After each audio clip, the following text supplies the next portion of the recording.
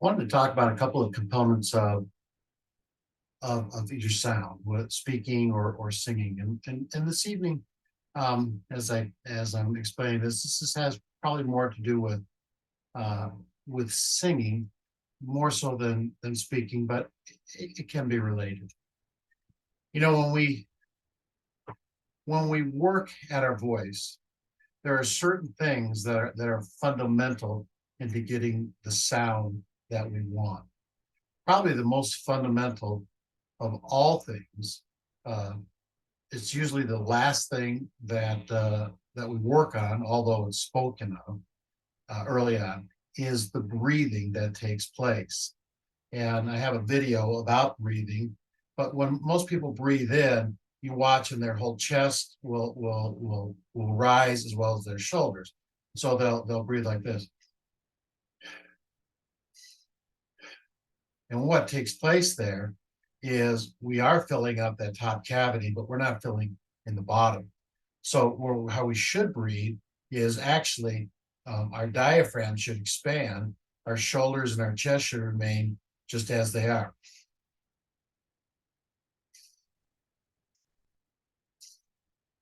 You can actually put your hand on the small of your back as you do that,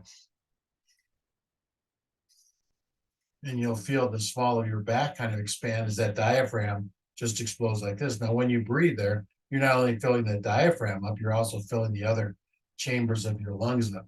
So that's the first thing. And we use that when we're speaking and or we're singing. Um, Everyone knows that when you're struggling with things, if you get nervous or you're getting ready for something that's very important, um, and you just need some time, you need to calm down. They always say, breathe deep. And that's what they're talking about. So breathing is something that helps us in more ways than just how we're going to support ourselves when we're singing. Breathing also helps us calm our nerves. And because it helps us calm our nerves, it's going to help us with the quality of our vocals.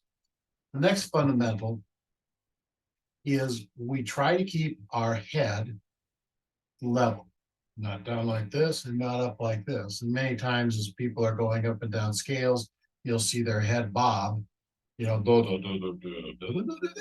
they go up and down. And that's not what we want. We want to keep our head just normal so that our pipes, everything here is just as open as can be. So as we're breathing, the air is coming up there as it needs to come up, and we're not shutting it off. We're not shutting it off as such. Okay. So we want to stay nice and level. We also want to keep our shoulders down. We don't want them to rise up. When these rise up, it creates tension, and we don't sound great when we have tension. Now, the mechanics of what's going on inside here that we can't see is extremely important. And so what we work on through exercises and just fundamental basic um, vocal exercises is to try to keep our chords together. And our chords sit like so there. And when we're whispering, our chords are apart. Or sometimes we can get kind of breathy sound. And that's when our chords are apart. But we want our chords to be together. And there are certain exercises that we'll do that will really display when they're tight and when the air is coming through, we get a lot of sound. Let me give you an example. One of them is So when we have that EH, now I'm not pushing any more air through there than I would if I were going my chords are apart. You hear the difference in volume? We want those chords to be together because when we need to project, we need them tight together so that the sound can really move out. We also get a very pure sound when our chords are together. The last thing is we want to maintain our larynx in its lower position. rather than in its higher position. Did you hear the difference in my voice there when my larynx comes up? It's not as thick the sound, and it has almost a sound to it as if I'm apprehensive. Rather than when it's down, my sound has much more of a confirming sound to it, and it is a richer tone. The reason is because when it's down, then we get to use all of the chord, all of it's vibrating, not just a partial part of it. So these are some of the mechanics or some of the fundamentals of learning to sing and learning to speak well, that we keep those things. Now there's techniques involved, and there's a lot of techniques that are taught. And some of the techniques that we're taught are actually some things that work against us if we are perhaps a soloist or if we are a speaker, from some techniques that we've been taught in sometimes in a choral type of a setting. It's not meant to be that way. It just kind of happens that way. So if you see someone who is singing strong and the chords are together, larynx is down, and they're singing, and they're singing too loud for the rest of the choir, the director will say, "Whoa, you're too loud." And what they'll do is they'll either separate their chords so they're not quite as loud, or they will raise their larynx just a little bit and they'll have a thinner sound, and they're not going to stick out as much.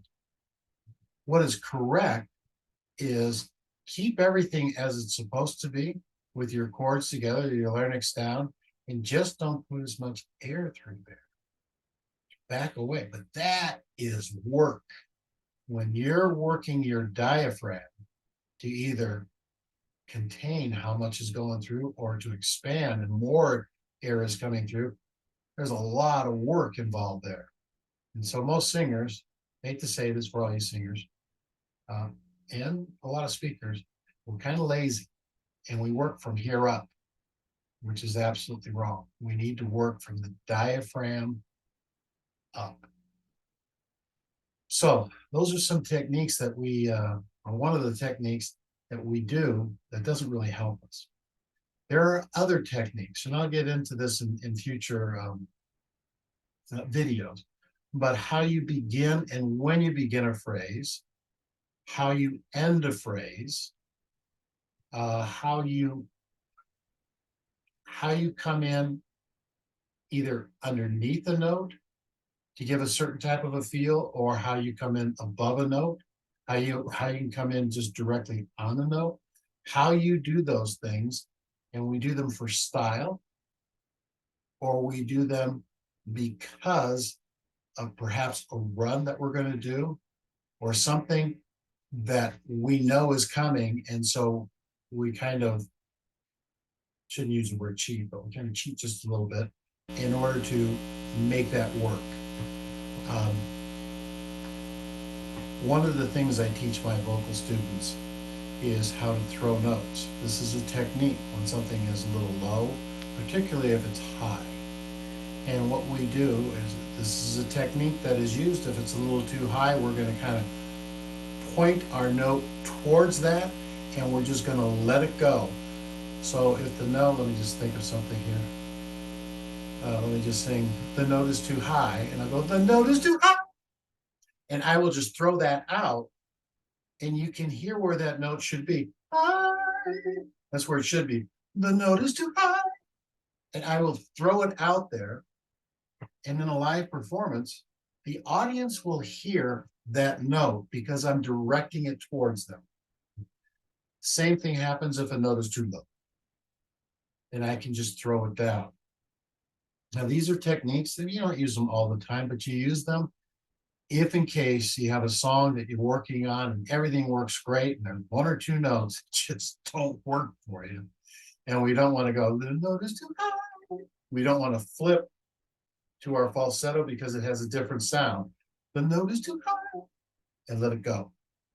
Okay, so that's throwing notes. So there's a number of techniques that can be used to benefit us, but techniques are different from fundamentals. And if we don't have the fundamentals down, then what happens is people operate on techniques, and they try to do everything based on these other little skills they've learned, and they struggle because those techniques only work when the fundamentals are sound. So I just thought I would share some of these things with you this evening. It is evening, I'm putting this together this evening. And I'll go through and do videos in each of these areas so there's a little bit more clarity on it. But as you're speaking, I want you to think about the same things. It's kind of related more to singing this evening as I went through this. But as you're speaking, it's very similar in that, as you recall, I mentioned if our larynx comes up, we have a sound that we don't quite sound as, maybe not as sure of ourselves as we were before. And sometimes when people talk, they talk as if it's a question. So you hear this with people many times in front of others who are a little apprehensive about speaking. And as soon as they stand in front of a group, you'll literally listen and their voice will shift. And what that's telling you is they're just not comfortable. But what it does for their message is then diminished with their audience because they're not speaking with the confidence, with it's not coming directly from their heart as much as they wanted to. It's being hindered. It's being distracted because of that difference in pitch. Sometimes I'll refer to it as, I need to, if it's a lady, I say, I need you to speak to your husband voice or your kid's voice. Like when you talk to your husband, what kind of voice do you speak with? Because most ladies, when they speak to their husband, they want to be heard and they don't want there to be any mistake that they want to be heard.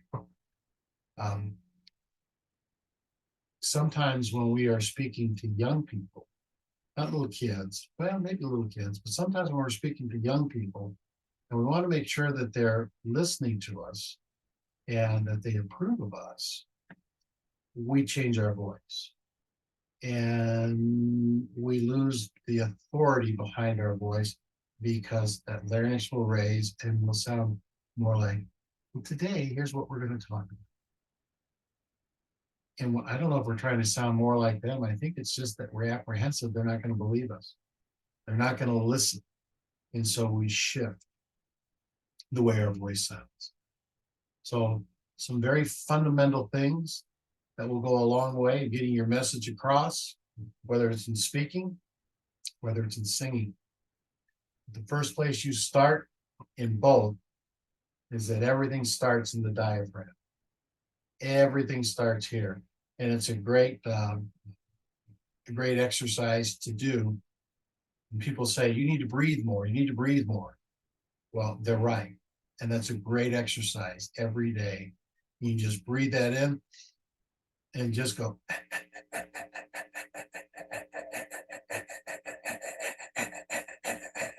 However you want,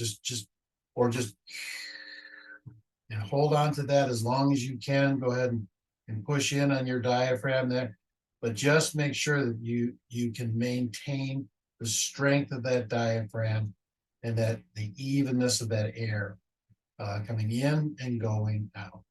So, but I'd leave that with you. Y'all take care. See you on the next time.